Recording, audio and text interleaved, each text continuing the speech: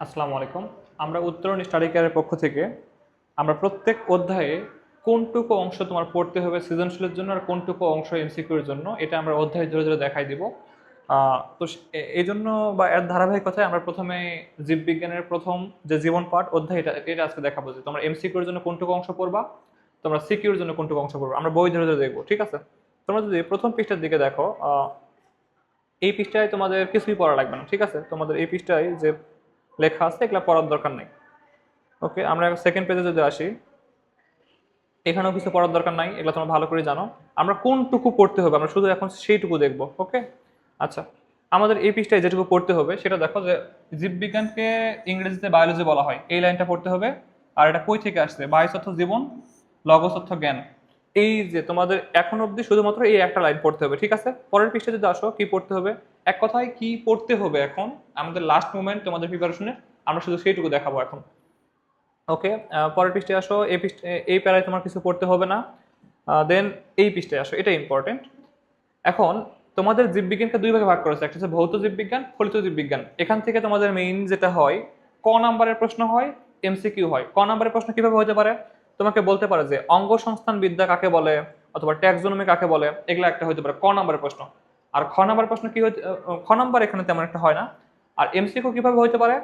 নিচের কোনটি ভৌত জীববিজ্ঞানের অংশ? তাহলে তোমাকে অবশ্যই এখানে যেটা পড়তে হবে, ভৌত জীববিজ্ঞানের আন্ডারে যে কয়টা হেডলাইন, ইংরেজি প্লাস বাংলা, অঙ্গসংস্থান বিদ্যা মরফোলজি, শ্রেণীবিন্যাস বিদ্যা ট্যাক্সোনমি, শরীরবিদ্যা ফিজিওলজি, ঠিক আছে? এক কথায় তোমাদের ভৌত জীববিজ্ঞানের আন্ডারে কি কি আছে সবগুলা ইংরেজি সহ বাংলা। তোমাকে এমসিকিউ এমন দিতে পারে যে হিস্টোলজি বলতে মানে তোমার জীববিজ্ঞানের কোন শাখাকে বোঝানো হয়, তাহলে তোমাকে এখানে বলবে যে টিস্যু তন্ত্র, তারপর তোমার শরীরবিদ্যা, ভ্রূণবিদ্যা, কোষবিদ্যা। তাহলে এখান থেকে এমসিকিউ হতে পারে, অথবা ক নাম্বারের প্রশ্ন হতে পারে। ইভেন তোমাকে তাহলে সবগুলোর হেডলাইন ইংরেজি সহ পড়তে হবে, ঠিক আছে? সবগুলোর হেডলাইন ইংরেজি সহ পড়তে হবে এখানে। ওকে, তারপর আসো যে এখান থেকে যেটা পড়তে হবে ফলিত জীববিজ্ঞান, একই কথা। ফলিত জীববিজ্ঞানের আন্ডারে কোন বিষয়গুলো আছে এগুলো তোমাকে আলাদা করে পড়তে হবে, এমন যেন এলোমেলো না হয় যে কোনটা ভৌত জীববিজ্ঞান কোনটা ফলিত জীববিজ্ঞান এটা তুমি আলাদা করতে পারতেছো না, ঠিক আছে? আমি তোমাকে একটু সিম্পলি একটা কথা বলে দিই। তুমি যদি ভৌত জীববিজ্ঞানের দিকে দেখো, ভৌত জীববিজ্ঞান বলতে বোঝায় জীববিজ্ঞানের যে শাখাগুলো তোমার জ্ঞানকে বৃদ্ধি করে, ঠিক আছে? এটা জাস্ট তোমার তাত্ত্বিক বিষয়বস্তু, তোমার জ্ঞানকে বৃদ্ধি করবে। এটার সাথে তোমার লাভ লস বা অর্থনৈতিক কোনো ক্ষতির কারণ হবে না, ঠিক আছে? কিন্তু ফলিত জীববিজ্ঞান লাভ লস, তোমার অর্থনৈতিক ক্ষতি বা অর্থনৈতিক লাভের কারণ হবে, ঠিক আছে? শুধুমাত্র জ্ঞান না, তোমার ভৌত দিয়ে শুধুমাত্র জ্ঞান লাভ করতে পারবা, আর ফলিত দিয়ে তুমি জ্ঞানের সাথে তুমি একটা লাভ লস অথবা তুমি একটা মানে প্রয়োজনীয়তা অনুভব করতে পারো। যেমন দেখো, এক্সাম্পল দেখায় তোমাদের। তুমি যদি বলো যে ভাইয়া আমি হচ্ছে অঙ্গ সংস্থান বিদ্যা নিয়ে পড়াশোনা করবো, তোমার দুই পয়সা লাভ লস হবে না, ঠিক আছে? কিন্তু তুমি যদি মৎস্য বিজ্ঞান নিয়ে পড়াশোনা করো, তুমি ধরো একটা মৎস্য ফার্ম খুললা, তোমার দুই পয়সা লাভ হোক বা লস হোক, এক কথায় তোমার যে কোনো কিছু থিওরি বা যে কোনো কিছুর পড়াশোনা হচ্ছে তোমার ইয়ের মধ্যে পড়বে, ভৌতের মধ্যে পড়বে। আর ওই পড়াশোনাতে তুমি যে প্রয়োগ করবা, প্রয়োগটা পড়বে ফলিতের মধ্যে, ঠিক আছে? তাহলে আমরা ফলিত সেম, মৎস্য বিজ্ঞান ইংরেজি পড়বো, জীব পরিসংখ্যান বিদ্যা ইংরেজি পড়বো, পরজীবী বিদ্যা ইংরেজি সহ পড়বো। তারপর আসো জীবাশ্ম বিদ্যা, জীবাশ্ম বিজ্ঞান পড়বো ইংরেজি সহ, কীটতত্ত্ব পড়বো। দেখো এই সবগুলো তোমার কীটতত্ত্ব, এটা কিন্তু তোমার লসের সাথে সম্পৃক্ত। তোমার আহ, ফসলের জন্য যদি কীট মানে কীট পতঙ্গ আসে, তোমার তো ফসল ক্ষতি করবে না, লসের সাথে জড়িত। তাহলে এখানে সকলগুলাই কৃষি বিজ্ঞান সবগুলো তোমার লাভ লসের সাথে জড়িত, বুঝছো? চিকিৎসা বিজ্ঞান, জিন প্রযুক্তি, এগুলো সবগুলো ইংরেজি সহ পড়বো।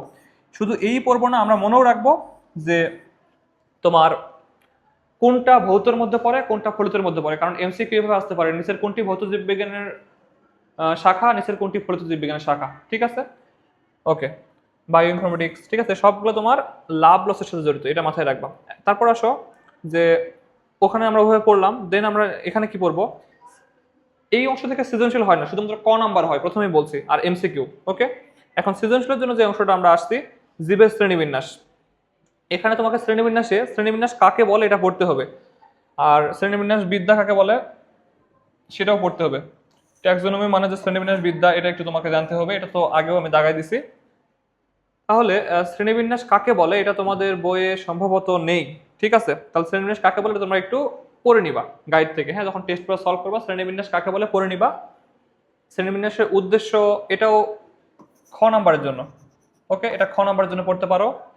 আর তারপর আসো যে জীবজগতের যে ভাগটা এটা তোমার সিকিউ এর জন্য, সিকিউ যেটা লিখবো ওটা মানে বুঝবো যেটা গ বা ঘ এর জন্য, ঠিক আছে?